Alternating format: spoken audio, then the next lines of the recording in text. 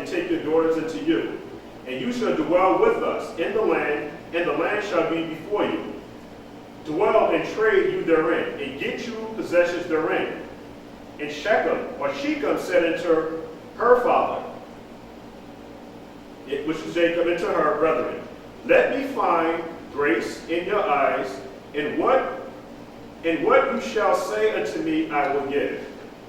Ask me never so much dowry and give, and I will give according as you say unto me, but give me the damsel to wife. So here, we have Hamor, who's a king. This is his land. He has a son, which is a prince. He's telling Jacob, my son loves your daughter so much, ask me whatever it is, whatever the dowry is, I will give it to you. So we see what's happening here now? This is not rape.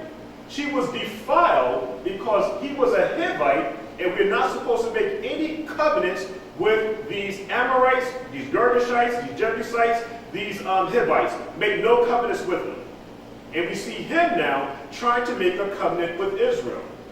Now, and the sons of Jacob answered Shechem now, and Hamor his father deceitfully, and said, because he had defiled Dinah their sister. And they said unto them, we cannot do this thing to give our sister to one that is uncircumcised. You're talking about in the penis here. For that was a reproach unto us. So circumcision was very important, both in the heart, which is here, and also in the male member. But in this will we consent unto you, if you be as we be, that every male of you be circumcised. I'm going to read this now in the Greek Septuagint. The same verse. Only of these terms will we confirm or conform to you and dwell among you, if you also be as we are, and that every male of you be circumcised. So circumcision was very important in Israel. Then it goes now, it says now, then will we give our daughters unto you, and we will take your daughters to us, and we will dwell with you, and we will become one people. But if you will not hearken unto us to be circumcised, then will we take our daughters, and we will be gone. And these words, or their words, pleased Hamor, which was the prince, and Shechem, which is the king, Hamor's son. And, Hamor is the king, and Shechem is the prince. And the young men deferred not to do the thing because, I'm going to read this now in the Greek Septuagint. And the young men delayed not to do this thing, for he was much attached to Jacob's daughter, and he was the most honorable in all his father's house. Obviously, because he's a prince. And Hamor and Shechem, his son, came into the gate of the city and communed with the men of their city, saying, so now I'm going to read it from the Greek Septuagint. And Hamor and Shechem, his son, came to the gate of this city and spoke to the men of their city, saying, these men are peaceably, which is Jacob's sons. Let them dwell with us upon the land, and let them trade in it. So he's talking to the men of the city. And let them trade in it. And behold, the land is extensive before them.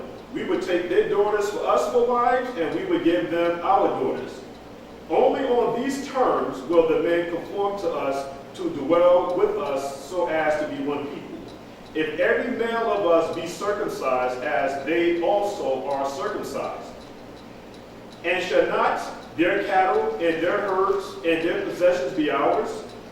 Only in this let us conform to them, and they will dwell with us. And all that went in the gate of their city hearkened unto Hamor and Shechem his son, and they were circumcised in the flesh of their foreskin every male. And it came to pass on the third day, when they were in pain, the two sons of Jacob, Simon and Levi, Dinah's brethren, each took every man his sword and came upon the city securely and slew every male. So we see now Simon that we have here and Levi. The word Simon means, anybody know? It's the same word as Shemai. Right, it means heard. Oh. The word Dinah means what? Judgment. Judgment. The word Levi means what? Anybody know? Join to. Join to. What is it? Join to. But what was Levi's function? Priest. Priest. So he delivered the law, right? Right. Delivered the law.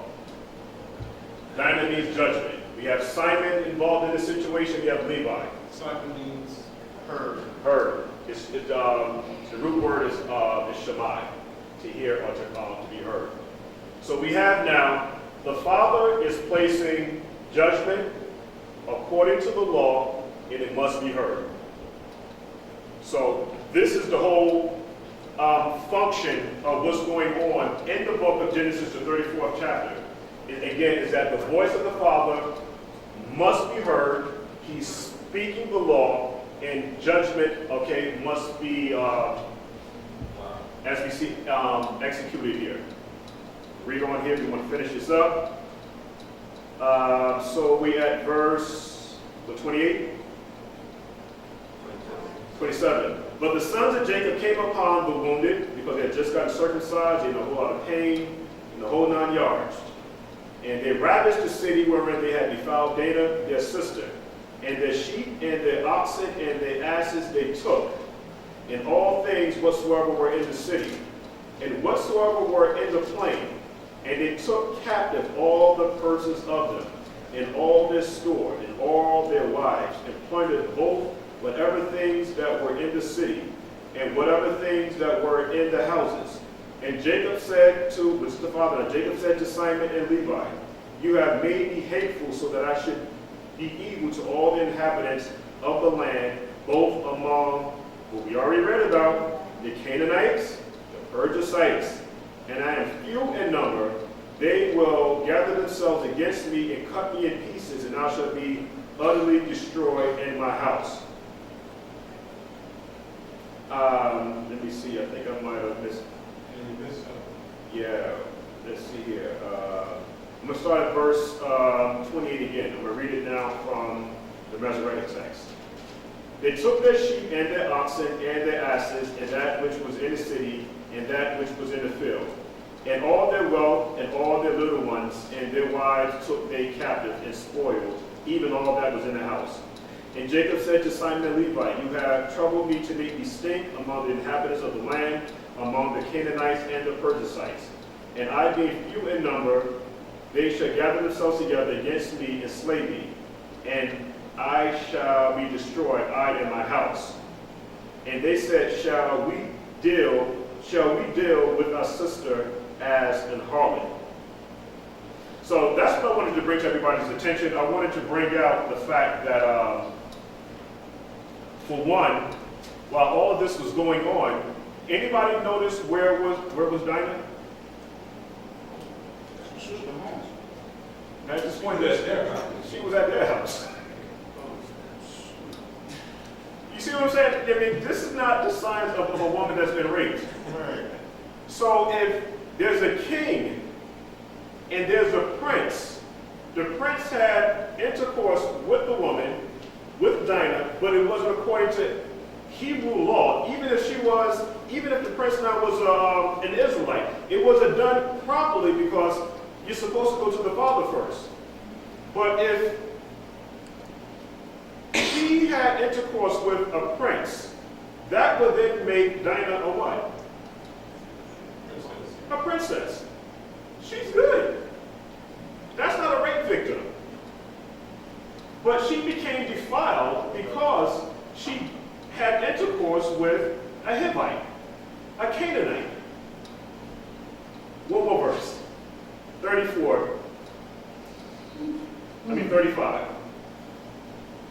After that happened, it said, Elohim said unto Jacob, arise, go up to Bethel, and dwell there, and make there an altar unto Elohim that appeared unto thee when thou fleddest from the face of Esau thy brother.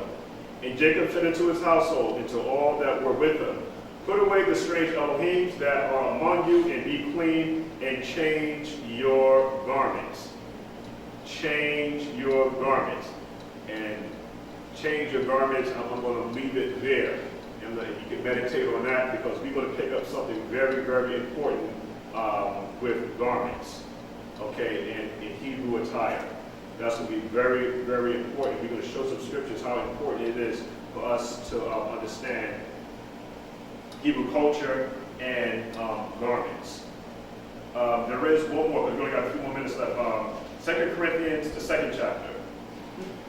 And then that'll be it for today. We're going to cut it short. 2 Corinthians.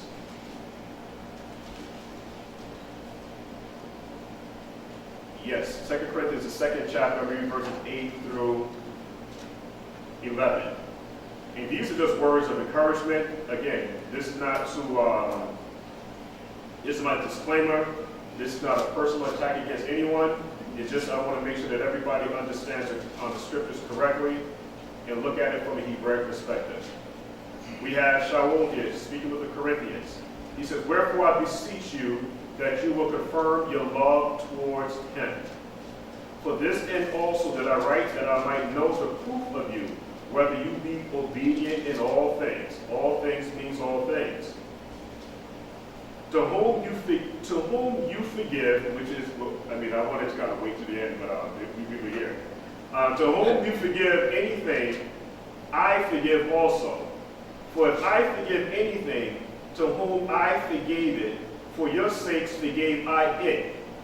And the persons of the Mashiyach, because if this is not done, guess what begins to happen? It says, lest the adversary, Satan, get an advantage of us, for we are not ignorant of his devices.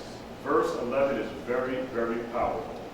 If there is no forgiveness, that person now has a stony heart. A stony heart. And with a stony heart, everybody remember what happened with Abel and Cain. There was no forgiveness there. And so this gives now the opportunity now for the adversary to come in. And once the adversary comes in, it is very hard for the adversary to leave. Because he's now embodying and feeding off of something that's inside of you. Anybody know what that thing is? The ability not to forgive. That's what's keeping this negative, disagreeable energy inside of you. You don't have the ability to forgive. Forgiveness is very important. From Genesis to Revelation, it was always about forgiveness, about love, unity. If I come to you and ask for forgiveness, I'm asking now to come in one accord with you. I want unity, and I want us to, to be brothers and sisters.